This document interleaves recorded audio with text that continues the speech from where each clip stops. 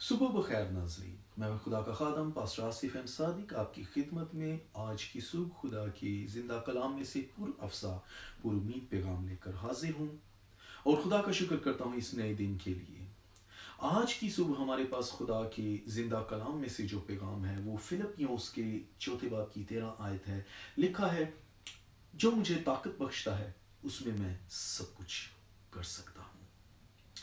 جو کوئی خدا پر بھروسہ رکھتا ہے وہ یہ جانتا ہے کہ خدا کے منصوبے اس کے لیے اس کے اپنے منصوبوں سے کہیں بہتر ہیں۔ یہ خدا پر ایمان کی بات ہے۔ بہت سے لوگ اپنے لیے منصوبے بناتے ہیں لیکن نہیں جانتے کہ اگلے ہی لمحے کیا ہونے والا ہے۔ ہم اکثر صبح اٹھتے ہی پورے دن کے لیے منصوبہ بندی کرتے ہیں، اور پھر بہت سے لوگ اکثر جب اپنے منصوبوں میں ارادوں میں ناکام ہوتے ہیں تو افسردہ بھی ہوتے ہیں۔ لیکن یاد رکھیں کہ خدا کے پاس ہمارے منصوبوں سے بہتر منصوبے ہمارے لیے موجود ہیں۔ کیوں؟ کیونکہ وہ آنے والے کل کو جانتا ہے، ہم نہیں۔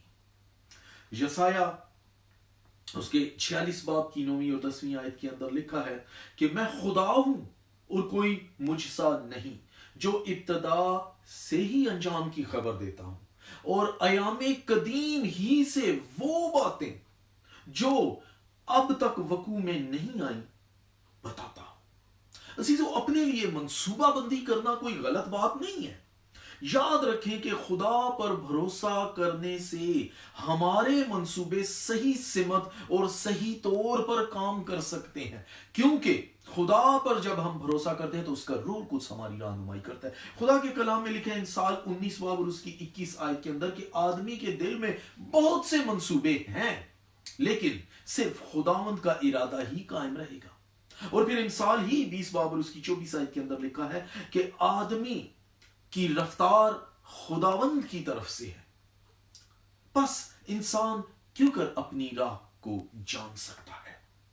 عزیزو، اب فیصلہ آپ پر منحصر ہے کہ آپ کا آج کا دن کیسا گزرے گا۔ اچھا ہے کہ آج کا دن شروع کرنے سے پہلے خدا پر بھروسہ کریں، جو ہمیں ہر کام میں صحیح طور پر رہنمائی کر سکتا ہے، کیونکہ اس کی مدد سے ہم بہت کچھ کر سکتے ہیں، بلکہ سب کچھ کر سکتے ہیں۔ اور دوسری جانب ہم خود اپنے اوپر بھروسہ کر کے خدا کی روح کو رنجیدہ کر کے آج کے ایک اور خوبصورت دن کو ضائع کر سکتے ہیں۔ فیصلہ آپ پر منحصر ہے۔